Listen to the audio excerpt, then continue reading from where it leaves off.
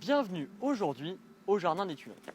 Nous nous retrouvons en 1789 sous le règne de Louis XVI, surnommé l'inconnu de Versailles. Devenu héritier de la couronne après la mort de son frère et de son père, Louis XVI deviendra par la suite roi du royaume de France à l'âge de 20 ans, sans aucune compétence politique et économique. Louis XVI avait une grande volonté à réformer son royaume, mais face à l'opposition d'une grande partie des privilégiés, il en était incapable et il accumulait les échecs. Sans ses compétences, il était incapable de prendre des décisions. C'est pourquoi il assistera impuissant à la mort de la monarchie. Louis XVI devient la cible des Français. Secret d'Histoire vous invite à découvrir l'histoire de la monarchie et de ce roi inconnu. L'année 1789, c'est une année meurtrie par les révoltes françaises. Et tout a commencé le 20 juin 1789 à la salle du Jeu de Paume, à Versailles. En réalité, 300 députés se réunissent pour instaurer ce qui sera la monarchie constitutionnelle. La constitution consiste à partager le pouvoir du roi entre le roi et l'Assemblée. Le roi Louis XVI ne voulait pas changer de régime, voulant bénéficier des pleins pouvoirs. Au cours de l'année 1789, des grandes révoltes éclatent contre le roi. Lors de la Révolution française, il y avait des révolutionnaires appelés les sans-culottes. Contrairement aux nobles et aux bourgeois, les sans-culottes ne portaient pas la culotte mais portaient le pantalon. À l'automne 1789, les sans-culottes se retrouvent devant le château de Versailles et crient des revendications envers le roi. Louis XVI n'était pas aimé par le peuple. Son surnom était le gros cochon. Le peuple insultait souvent Louis XVI. Ce qui obligera au roi de fuir Versailles pour une autre résidence, le palais des Tuileries. Le comportement faible du roi va échauffer les esprits des révolutionnaires. Par la suite, le roi n'aura pas d'autre choix que d'accepter la nouvelle constitution sous la pression du peuple et de l'Assemblée.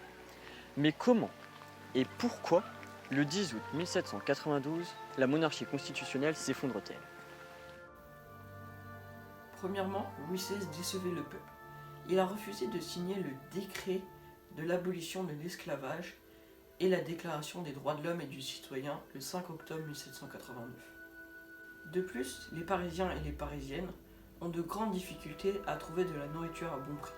Ils se rendent au château de Versailles pour réclamer au roi du pain.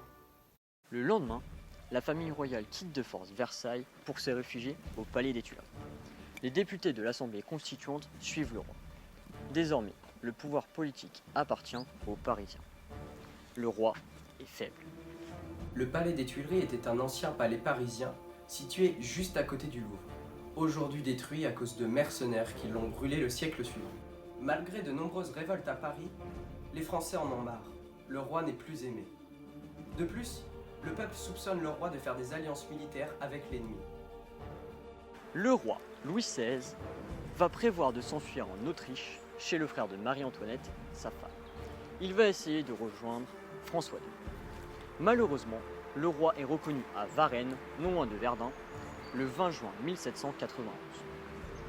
En réalité, la légende raconte que le roi Louis XVI s'est fait reconnaître à cause d'une pièce de monnaie sur laquelle on pouvait voir clairement son portrait et la devise de la France, la nation, la loi, le roi. Le 3 septembre 1791, le roi cède l'accord de la Constitution avec peur et regret. C'est le 13 septembre 1791 que le roi promulgue la monarchie constitutionnelle. Elle a été créée le 20 juin 1789 à la salle du Jeu de Paume à Versailles. Actuellement, en cet été 1789, 300 députés se sont réunis pour créer ce qu'il sera ensuite la monarchie constitutionnelle. Cette salle du Jeu de Paume se trouve à Versailles, en plein cœur du quartier Saint-Louis. Cet acte historique est un tournant dans la Révolution française. Tout comme le montre la peinture de David sur ce serment, où l'on peut clairement voir l'ambiance électrique, c'est un moment de grande tension.